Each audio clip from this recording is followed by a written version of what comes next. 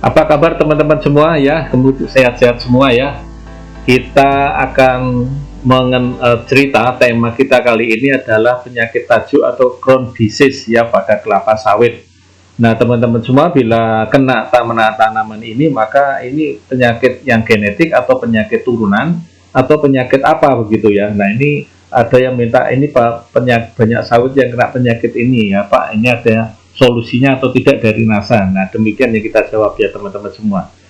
Nah sahabat-sahabat semua ya, penyakit tajuk atau penyakit Crohn disease ini memang unik ya teman-teman semua. Dia melingkar di bagian bawah seperti ini, membuat patah ataupun cabang di bagian bawah ini ya dan sebagainya. Ada yang menjulang seperti ini, yang daun pecahnya belum kelihatan ya teman-teman semua.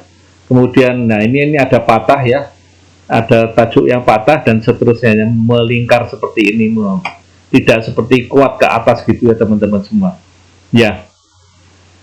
Nah penyebabnya apa? Yang pertama adalah karena faktor genetik. Jadi kalau faktor genetik ya tentu saja kita nggak bisa berbuat apa-apa kecuali itu didongkel kemudian dirajang ya teman-teman semua dan diganti dengan tanaman yang baru. Nah kemudian diwariskan dari tetua. Ini juga pewarisan genetik ya, artinya ini bukan dari hal yang penyakit ataupun apa. Nah kemudian faktor-faktor yang memperparah gejala seperti kelebihan unsur hara dan beberapa patogen yang bersifat saprofit ya teman-teman. Kemudian penanganannya bagaimana ya? Pada bagian tajuk yang patah maka kita mesti dipangkas ya. Pemangkasan tajuk yang patah itu mesti dipangkas. Kemudian untuk membuka ruang tajuk yang baru, jadi tajuk-tajuk yang baru kita biarkan untuk naik, kemudian tajuk yang patah kita patahin sekalian ya, kemudian kita membuka ruang untuk yang tajuk yang baru. Kemudian pemberian gliotri ataupun fungisida pada tajuk yang telah dipangkas. Nah ini bila mana perlu atau memang ini memang sangat penting ya, karena ini gliotri ini sangat membantu untuk pencegahan dari fungi yang tadi ya, fungisida pada penyakit tajuk tadi. Nah ditambah lagi dengan boron ya, inti boron juga penting, 75 gram per batangnya. Jadi disebarkan di bagian atas ya, bukan di bagian bawah ataupun di bagian daun ya teman-teman semua. Jadi disebarkan di bagian daunnya ya, bukan di bagian tanahnya.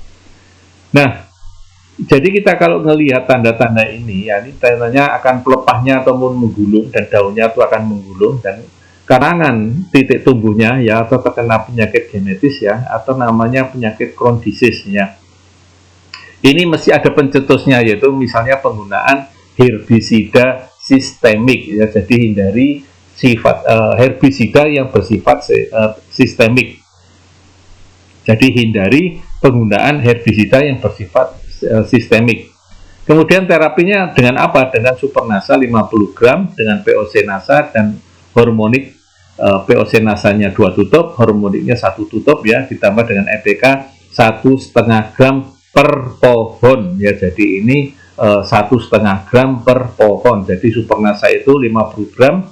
Jadi kalau satu botol itu bisa sampai 5 tanaman ya. Kemudian POC nasa 2 tutup, hormoniknya 1 tutup, disemprotkan. Jadi supernasanya ditabur ditambah dengan NPK ya 1,5 kilo. Kemudian POC nasa dan hormoniknya disemprotkan ya, seperti itu ya teman-teman semua. SPR nasanya dan ditambah dengan NPK-nya ditabur, kemudian POC nasa dan hormoniknya disemprotkan ya, itu per tangki ya teman-teman semua ya. Nah itu tadi teman-teman semua ya, tipsnya bagaimana cara mengatasi penyakit tajuk ataupun penyakit Crohn disease pada tanaman kelapa sawit. Mudah-mudahan ini bermanfaat, mudah-mudahan ini bisa membantu teman-teman semua yang ada di lapangan. Terima kasih, semangat pagi.